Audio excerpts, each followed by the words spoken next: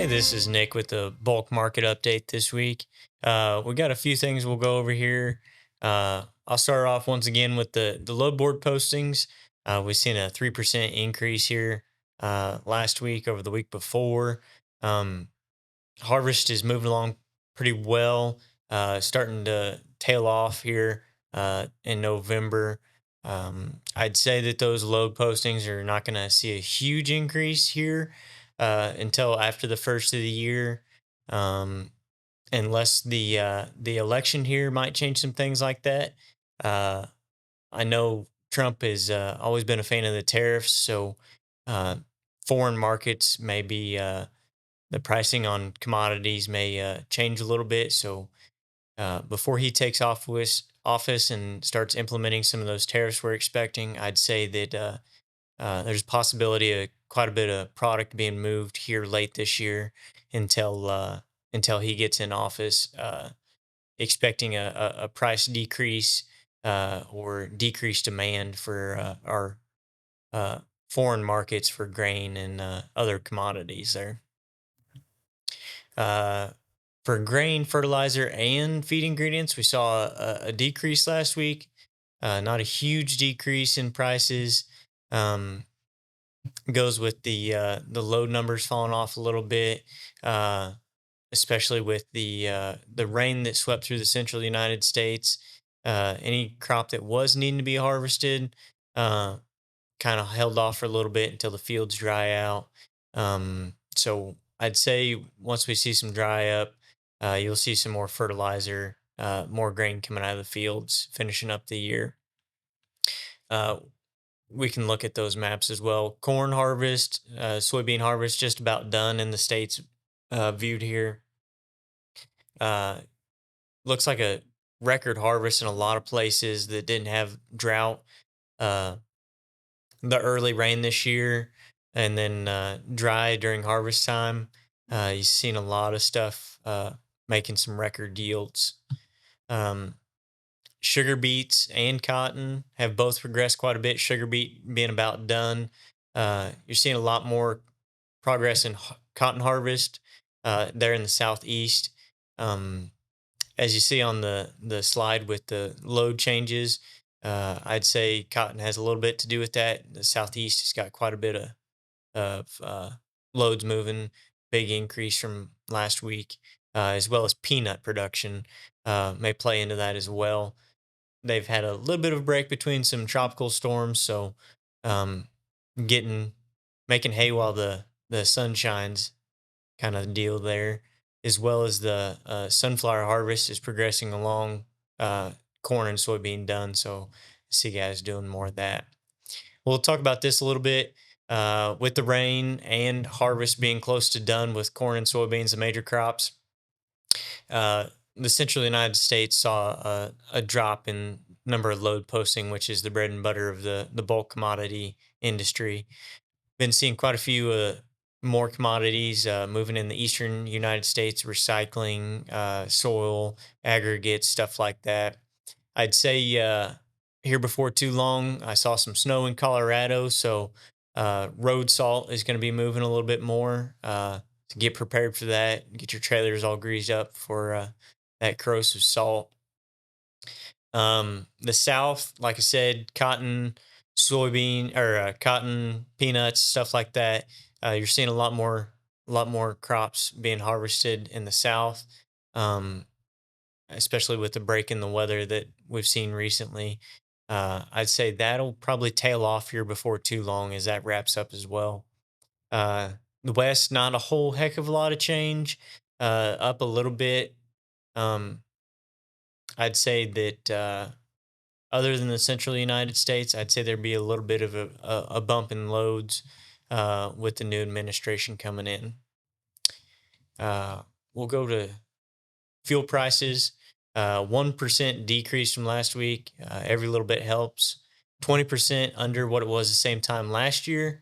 If I had to guess anything with the upcoming administration, I'd say that towards the end of the year, we'll see a spike in diesel prices. But if he Trump opens up some domestic oil reserves and production, I'd say we could see a pretty big drop in 2025 for diesel prices. So uh, may not be the best market for the commodities in the coming years, especially with a large crop and prices already being suppressed.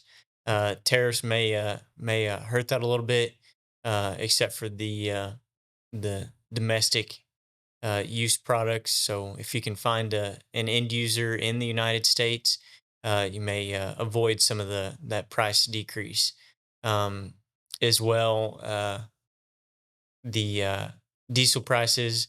I thought it'd be interesting. I saw on the website there uh, to do a few years back, just to give you an idea of the trend for diesel prices since '96. So you can see that there's been some pretty highs and pretty high highs and pretty low lows there.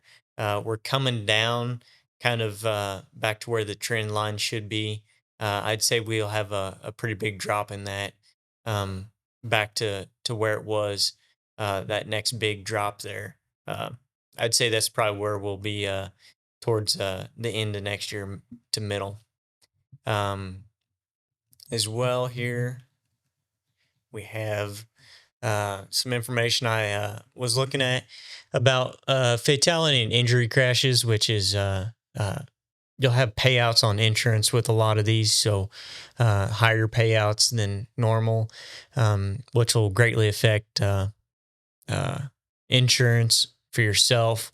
And if you have a high rate of those in an area, you'll see insurance rates just in general rise.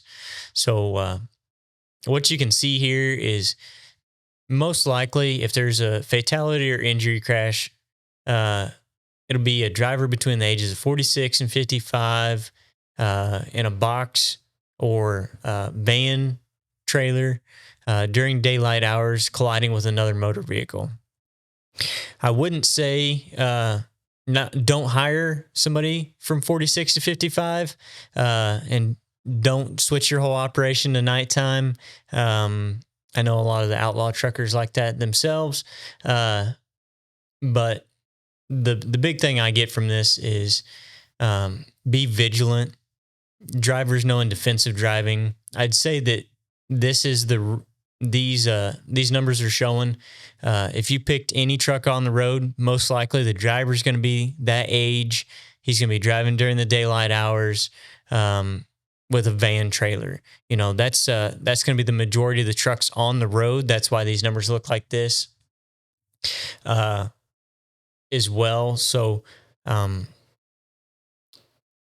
don't know that any of this is points fault to whether that's other drivers or not.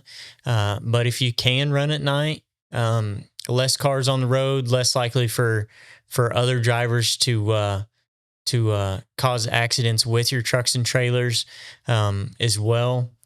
But there's some definite trends there. When there's more people on the road, you're more likely to hit somebody or somebody hit you. There's the website at the bottom there. You can play around with that a lot. This is just for large trucks as well. You can narrow this down and do a lot of cool stuff. And I'll probably be using that more in some further market updates as well.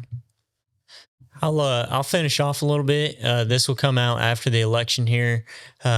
So what I would say with the new incoming, I think we're going to see a push to move a lot of commodities here before he gets in office, as people don't want to be stuck with corn, soybeans, and other commodities that aren't going to be worth as much once tariffs start affecting prices of export markets.